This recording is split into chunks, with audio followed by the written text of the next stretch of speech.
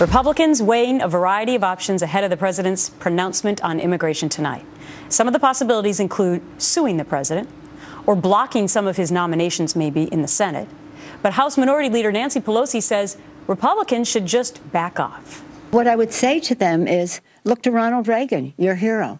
Look what he did to keep families united and to protect people in our country.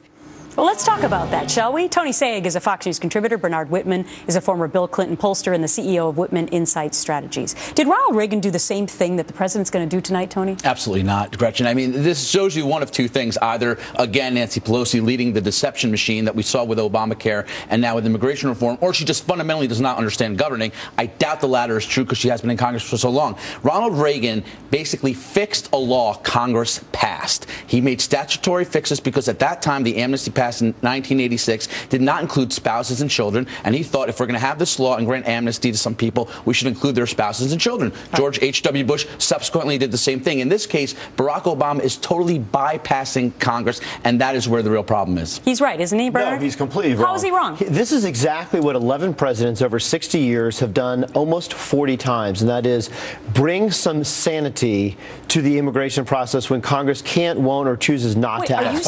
Are you saying what he just said about Ronald Reagan is, by the way, no, I'm saying fundamentally, Ronald Reagan sought to extend protections to kids. Because Congress had already passed something. H.W. Bush sought then to extend protections to spouses. That's exactly what the president's doing. That's exactly what the president's doing. Was it based on congressional law? Yes or no? The fact is, we have not updated. Was it based on congressional law? Yes, and this is also based on congressional law that is almost 30 years old. We have not had a rehaul of our immigration laws in almost 30 years. George W. Bush tried to do it, didn't get it done. Obama's been trying to do it with the House for 6 years, hasn't got it done.